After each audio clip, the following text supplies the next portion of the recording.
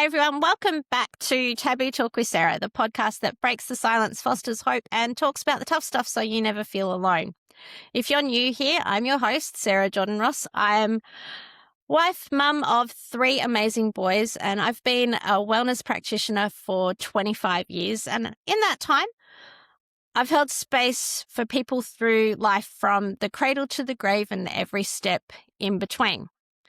And today's conversation is one that sits right underneath so much of how we show up in our lives, in our relationships, in our parenting, in the way we move through the world. We're talking about something that often gets misunderstood. Trauma, not as a mindset issue, not as something we can think our way out of, but as something that lives in the body. And what happens when the tools we've been taught, pushing through, staying strong, keeping it together, stop working. And joining me in this conversation is Steve Soporn. Steve spent more than 3 decades in executive leadership before finding himself at a point where the strategies that had helped him succeed professionally weren't translating into how he felt in his body or how he showed up in his relationships. What shifted things for him was recognizing that trauma isn't just something we think about, it's something we carry, and that real change doesn't come from inside alone, but from learning how to regulate the nervous system and feel safe enough internally to stay present and connected.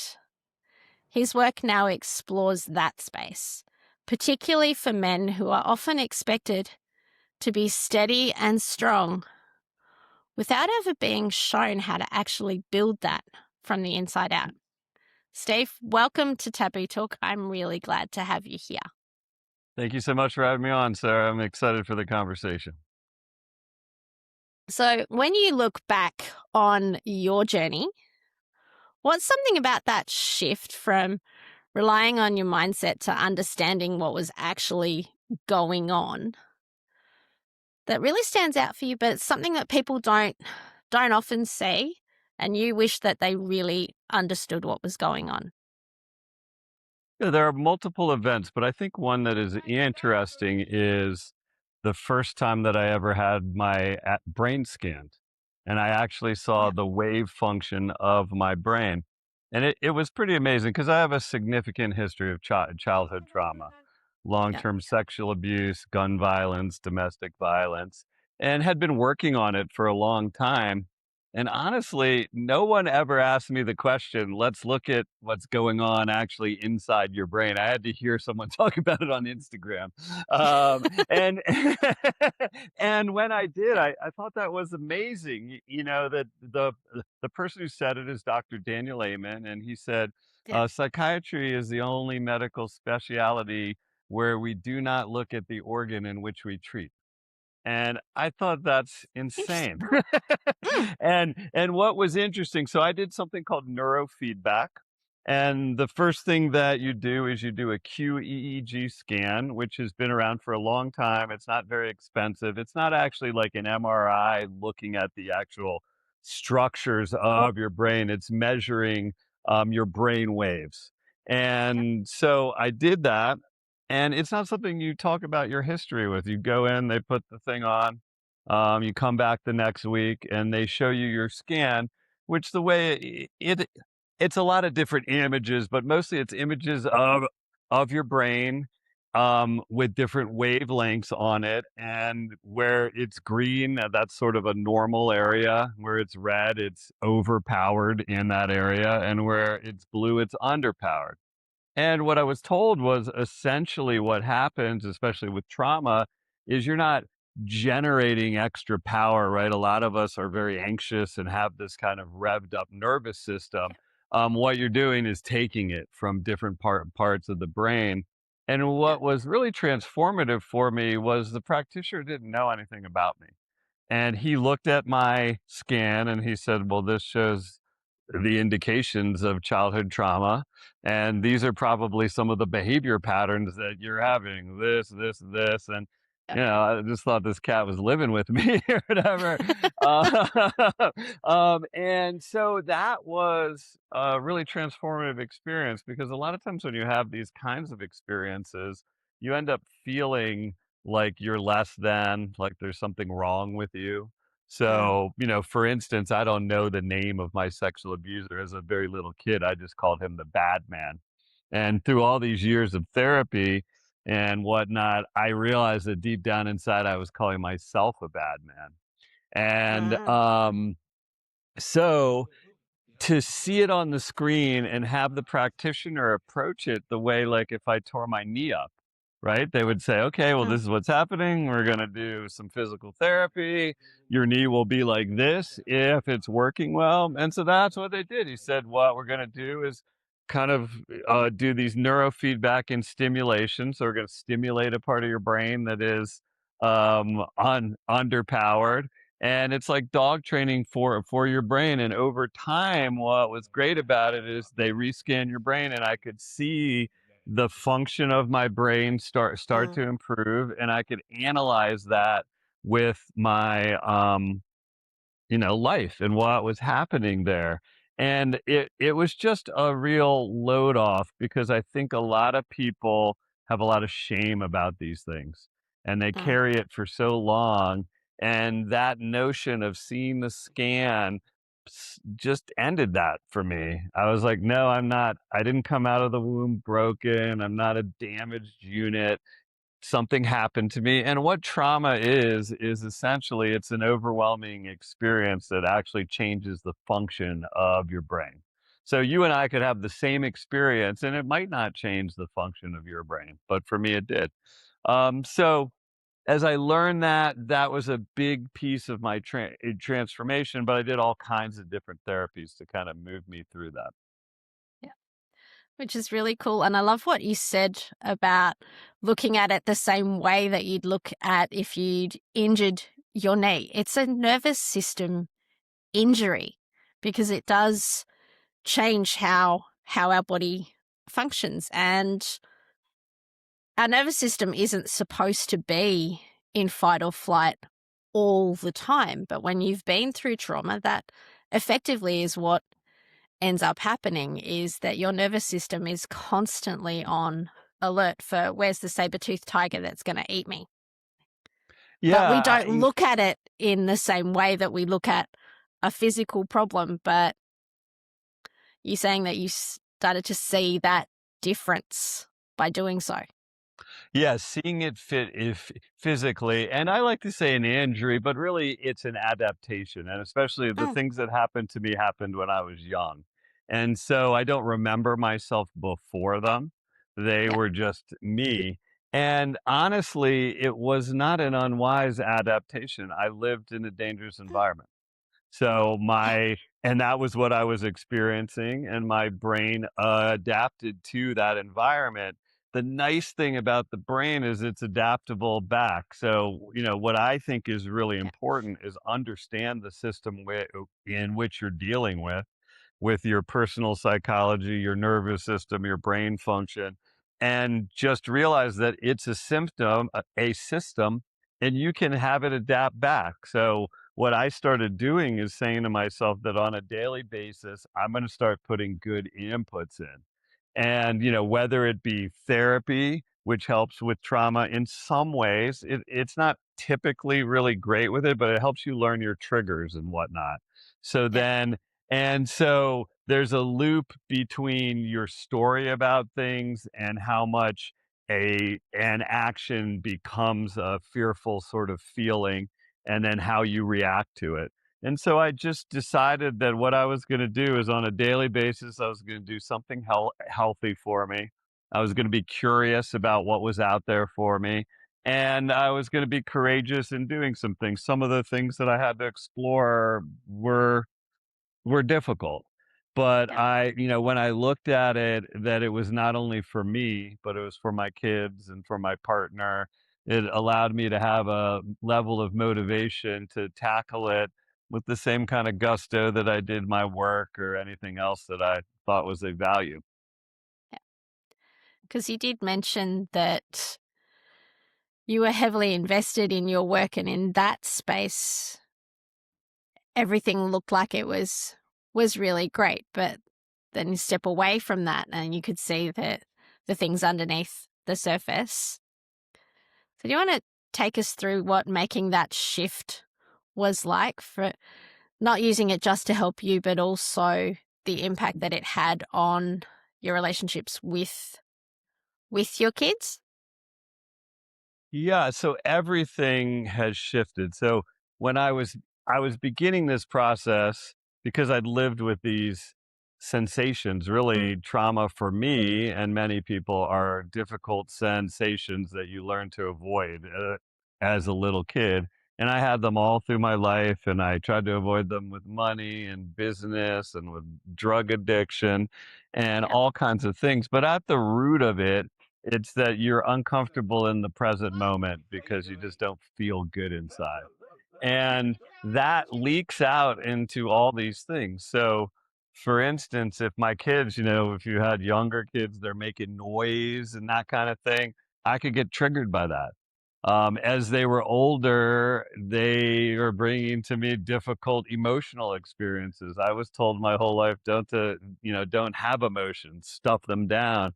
And so what was Mm, happening was I was doing defensive mechanisms that was shutting down my family and my partners. And as I oriented around expanding the window of tolerance that I have, that I'm able to handle. So once I learned, okay, I was taught as a young boy, man up, stuff it down, just be quiet.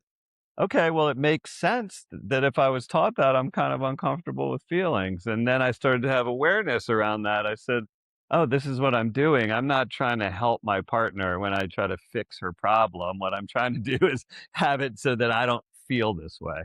And so as yeah. I shifted what my goal was, which was to be able to let them express themselves without me jumping in, and so that became my goal. And it also was something that made it a lot easier for me to say I was sorry. And it sounds kind of trite, but it was difficult for me to say it because I felt like my body was reacting that when I said I'm sorry, I was sort of attacking myself in some way. I wasn't worthy of love or whatnot. And then as I started to orient around, this is my goal. I want to be there for them. I want to be able to let them express that in themselves. If I fell short of that, I could the next day just say, look, last night wasn't the way I wanted to act. I'm not trying to be like that as a man. And I could say I was sorry without kind of blaming it on them or all the things that I used to do. And Yeah. so as those things happen, they see you, your children, your partners is seeing you trying. They're not expecting you to be perfect. They see little shifts. And then eventually the conversations happen and you don't have to say you're sorry. You're able to sit there with it, and you really realize your whole life it was actually true. They didn't want you to fix their problem, which is the last thing the man hears, and they actually just wanted you to listen to them, and so that's actually relatively easy. Yeah. But that's the common thing that happens. Like so many men, they're told to not express their emotions or at the extreme of it, not even feel them because you're not supposed to show them. Um, and to just push through and get on with it. Or when somebody comes to you with a problem, aren't you supposed to fix it? So, and that Right. tends to be what most men are told, or to just push through and get on with it, toughen it up. But what I'm hearing from what you've said is that doing that came at a cost, and actually making that shift and realizing, hey, I don't have to solve everybody's problems, now has made life very different for you. Yeah, well, I'm actually a really good problem solver too, but Mm, I now do that when that is the request. So yeah, often with my partner, I would just say, like, do you just want me to hear you out or do we want to solve this thing? And then I can go in either way. It's really the amazing part of it is so I quit a 30-year career in finance to start talking about this. I'm writing a book, I'm doing a podcast. And what I thought was I was going to be just Steve without my trauma feelings. And what I realized is everything in my life shifted so much. The people that I was attracting, you're putting out an energetic presence. People can feel what is going on with you. You're getting back what you're giving out. So Yeah. now I am surrounded by different people that are just more attracted to me. I'm attracted to them. Um, the risks that I'm able to take in business. So for instance, I was in a very risky business. I was a trader. I was making big bets with money, and it seems from the outside like a courageous thing, but honestly, I was just naturally good at it, and Yeah. so I went towards my thing. What we're doing here, is actually takes a lot more courage, because it is a lot. It's not something I see that is natural to me. So my sexual abusers, they often do. They threaten you, and he told me he was going to kill me if I spoke. So I stuttered incredibly badly Mm. for, you know, a decade, and I still stutter now some. And so the thought of speaking publicly, I speak at places, I'm on podcasts, I'm doing Yeah. this thing. That is actually a lot more risk taking for me personally than what I was doing before. And I would never have been able to do this with my old nervous system. It would have been too much.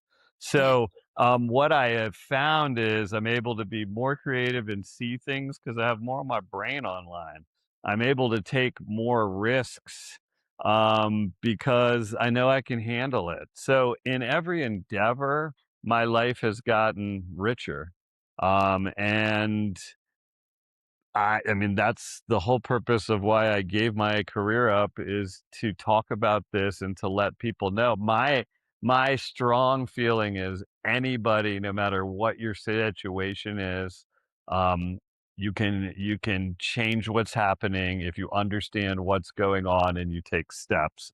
And I just don't want people to feel like I felt for 4 decades, which is there is something wrong with me deep down inside. Yeah. And when I learned that that's not true, I wanted to make sure that I could affect as many people as possible to, not feel that feeling. And give people real tools that they can use as well to help them to be able to do that. So, you want to tell us a little bit about some of those things that you're doing now so that other people don't find themselves in the same spot that you did or don't feel the way that you were feeling? So you mentioned a book and a podcast. Yeah, so I'm writing a book and I'll have kind of my view on healing. And really what I felt about that is what I didn't have was an overview of what was happening and what I was doing. I was doing different things, right? I would go to therapy and I would talk a little bit, and then I would do this thing or that thing. And I never really understood what they were particularly affecting and how they worked together. And so the level of my trauma and the sensations were strong. It wasn't as if I was going to do 4 sessions somewhere and my life was changed. It was going to take some real sustained work. And so, w- as I learned, especially with the scan, that this was just a situation that I could change, I started to adopt some of my business techniques. And I really learned that there's three basic functions that are going on. Your body is giving you reflexive actions that Yeah. turn into two emotions. And for me, before, those things would just instantly create a behavior, right? I would feel this thing and I would lash out, or I would have a drink, or there was no space between the sort of reflex that I was feeling and what I was doing. And so I started to work on my nervous system and doing breath work, and I did psychedelics, which helps with the function of the brain, but also to change the story. So it's a loop as you change the story about yourself, that the world is threatening. No, the world is for me. Well, then you're less likely to have the difficult sensation show up.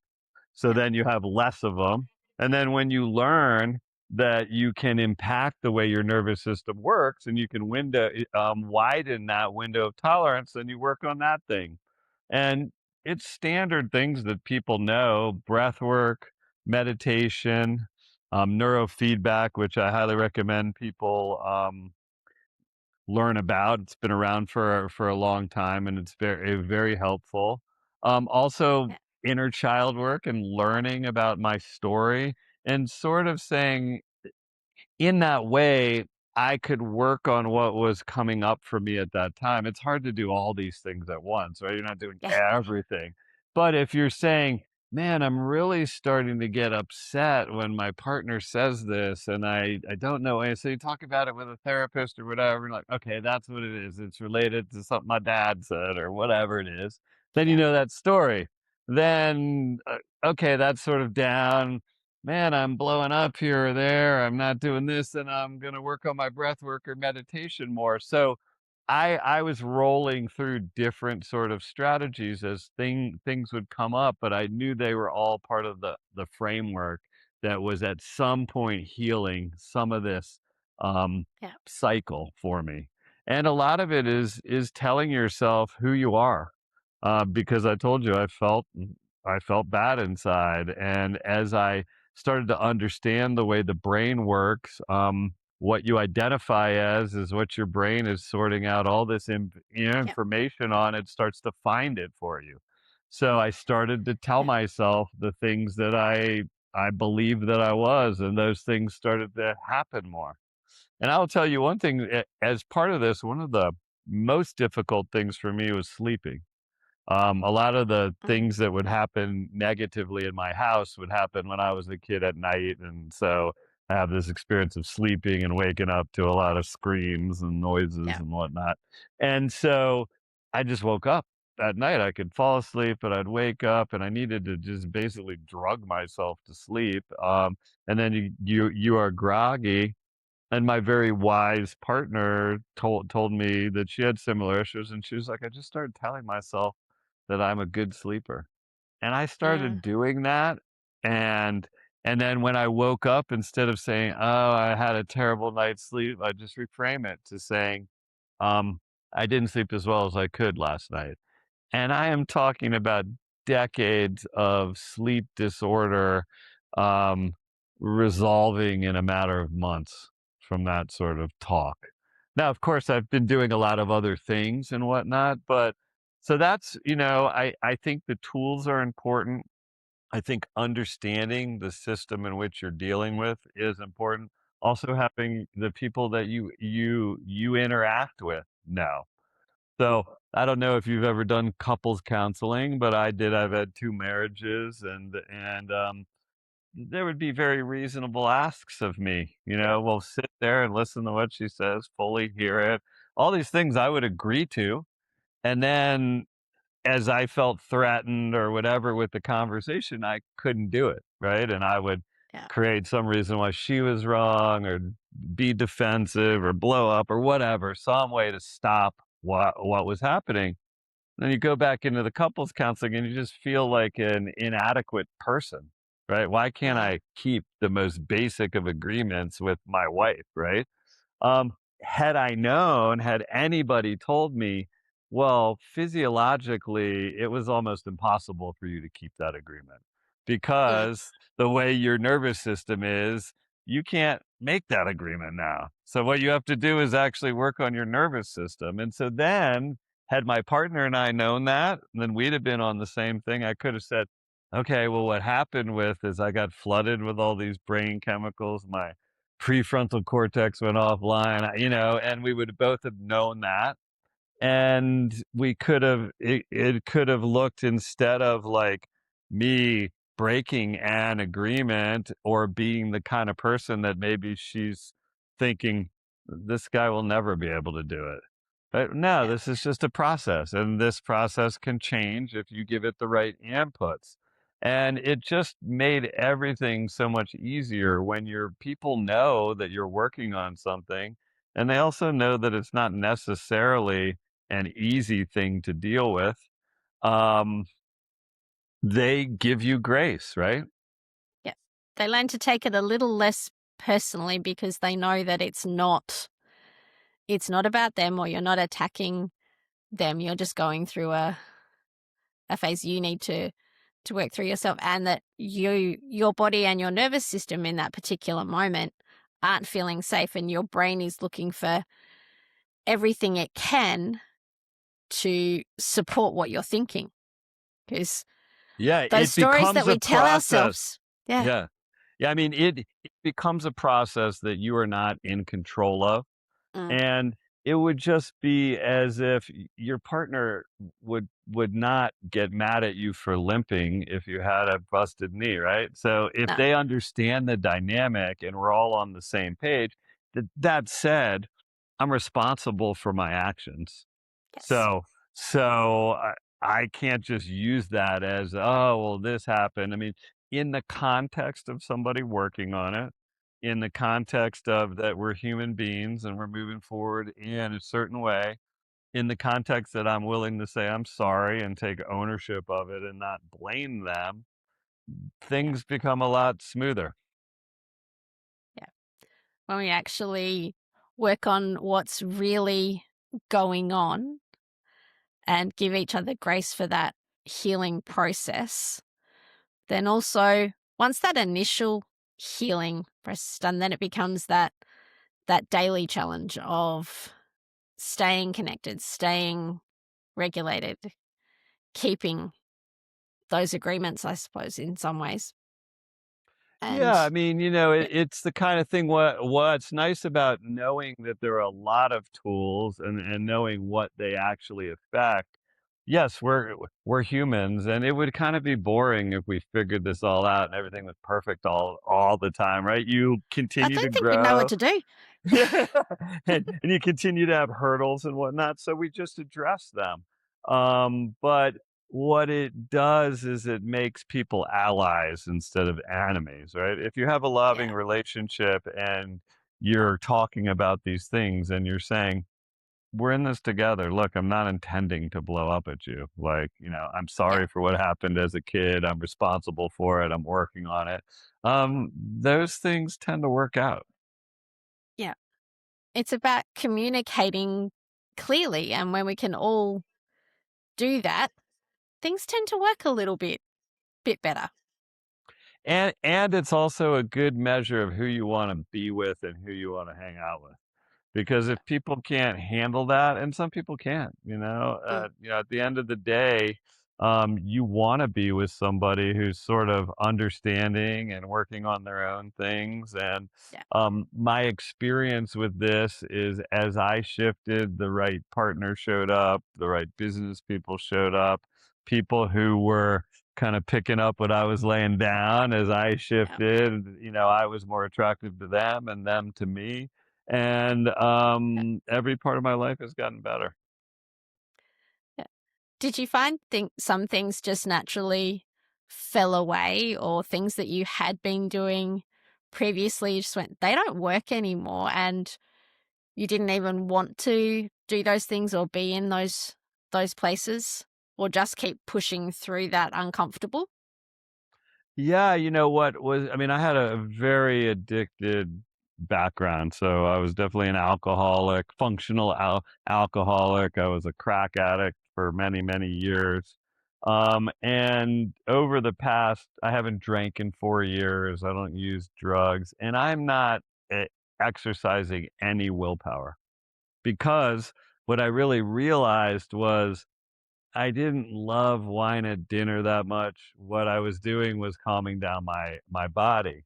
And I Yeah, had, a men's group leader. I highly recommend men's group, being with other men, supporting, talking, being yeah, vulnerable. But when, the drinking was coming up, he said to me, "Well, don't quit drinking. Just be aware of what you're doing." So what I'd suggest is maybe before you have a drink, take a couple breaths and, okay, why am I doing this? Is it because it yeah, tastes really good with a steak? Okay, great. Well, then do it.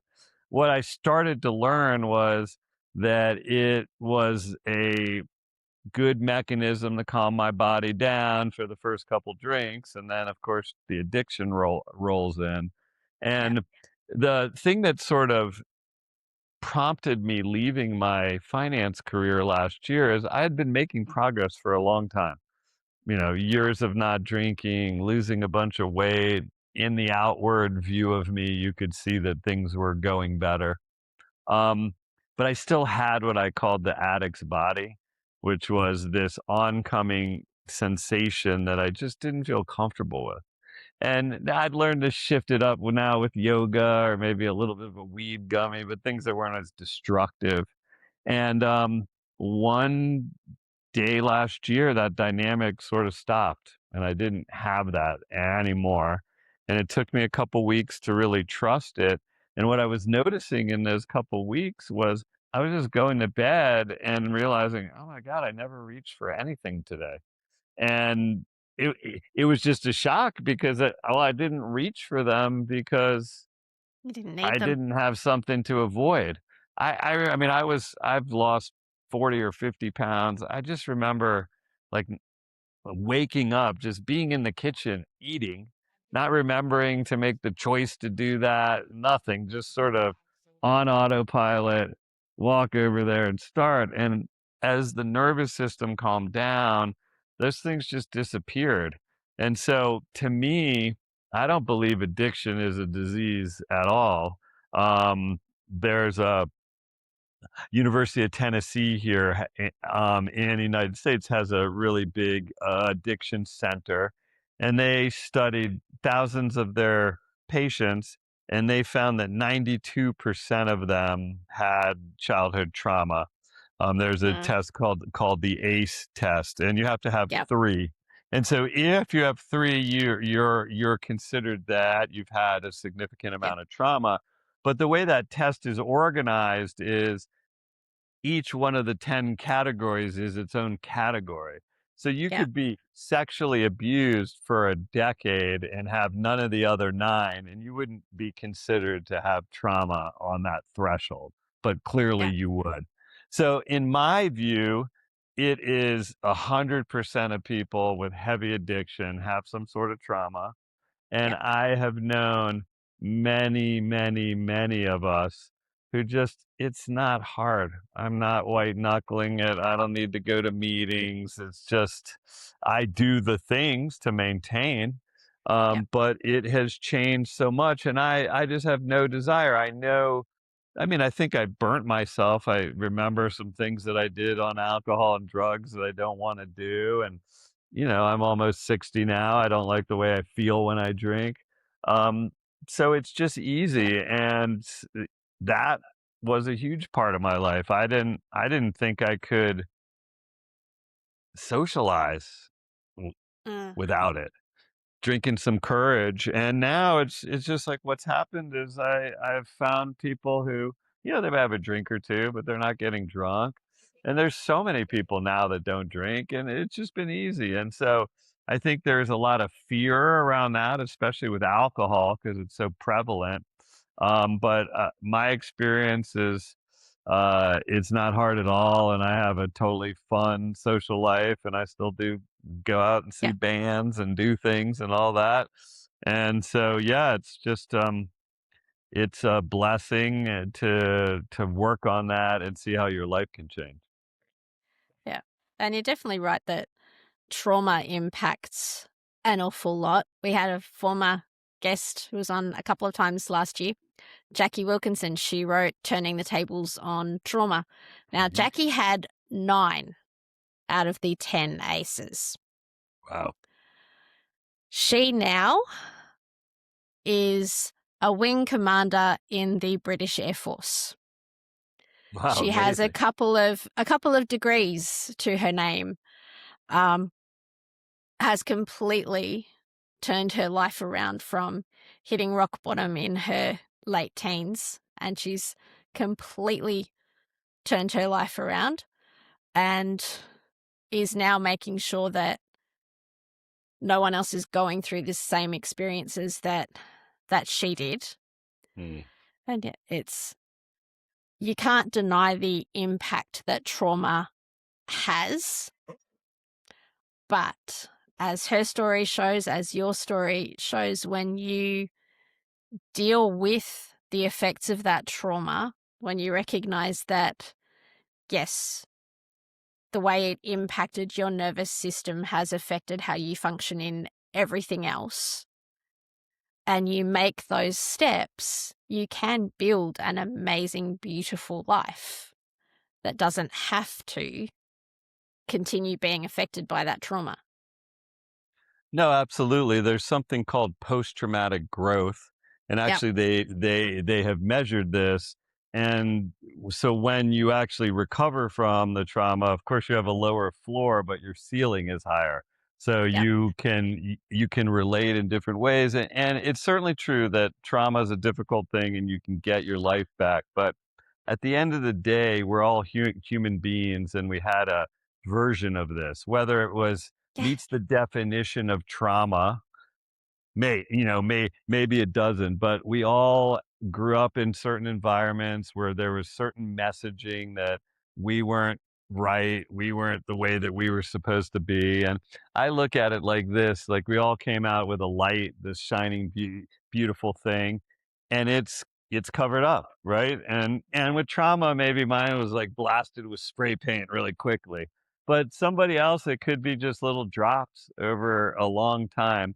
And Mm. our life path, I really think, is to slowly clear away that so that our light shines. And so it's going within those wounds, and all of us can do it. And you gain a certain kind of confidence, I think, from doing the things that are internal to you. So, for Yep. instance, even me doing the speaking now, I know for me, that was a huge one, right? A lot of Yeah. people would have thought my finance career was more courageous or whatever than speaking to you on this podcast. But for me personally, that's my wound. And so Yep. when you tackle the thing you've been avoiding your whole life, I created an entire life structure around avoiding these feelings. Yep. And now I've figured out how to deal with them, and I'm certainly not perfect. I mean, there's all kinds of things that I'm not doing well, but I have a certain level of confidence that I know that I took on what was there for me. And I feel good about it, and it's the kind of thing that is so empowering for people. And I know it's scary, but if you just take little steps, you can make a lot of progress. Yep. And baby steps get you where you're going just as well as big strides do. Absolutely. Yeah. So for everyone listening, is there one thing that you'd like them to take away from our chat today? I think at the most base of it is if they have that feeling that there's something wrong with them, that they came out of the womb with a damage or a brokenness. That is just not true. It's an adaptation, and you can adapt back, and you can end up in a place that you might have thought you couldn't because you thought it was you. But really, it was just how your brain adapted, probably wisely, to the situation. So learn about it a little bit, take daily actions, baby steps. It doesn't have to be, 5 minutes a day of breath work. That could be a big change for somebody. So figure it out. Know you're not damaged, and take little steps on a daily basis, and things will change. Yeah. Yeah. Because all through our life, I agree that we come into the world a bright, shiny light, and somewhere along the way it gets dimmed, but we can remember who we are and we can start shining that light again. So thank you for reminding us about that. Now, if somebody wanted to learn more about your work and what you're doing, how's the best way for them to connect with you? Yeah, at this point, the only thing I have on offer is my podcast. It's called The Neuro's Journey. It's like the hero's journey into your own mind. And we talk about a lot of That's cool. different things related to healing or just general leadership or whatever is interesting. Yeah. It's on all the platforms. And I am writing a book now, and that'll be out at some point. And I think that will be a valuable tool for people when it comes out. Yes. So I think that might be a good spot for us to finish up today. Thank you so much for being here and for sharing your wisdom. I think it's one of those conversations that I hope helps people make sense of what's going on and for them to realize that they're not alone and they're not broken. Absolutely. Thank you so much for having me, Sarah. I really appreciate it. Yeah. Hey, thank you again. And to everyone listening, if this conversation has resonated with you, if you're starting to see some of those patterns in your own life, I hope that Steve's story lets you see that you can change those patterns. As he said, your brain adapted, it can adapt again. And we'll put the details of Steve's show in the show notes. So if you want to take a listen to that, you can.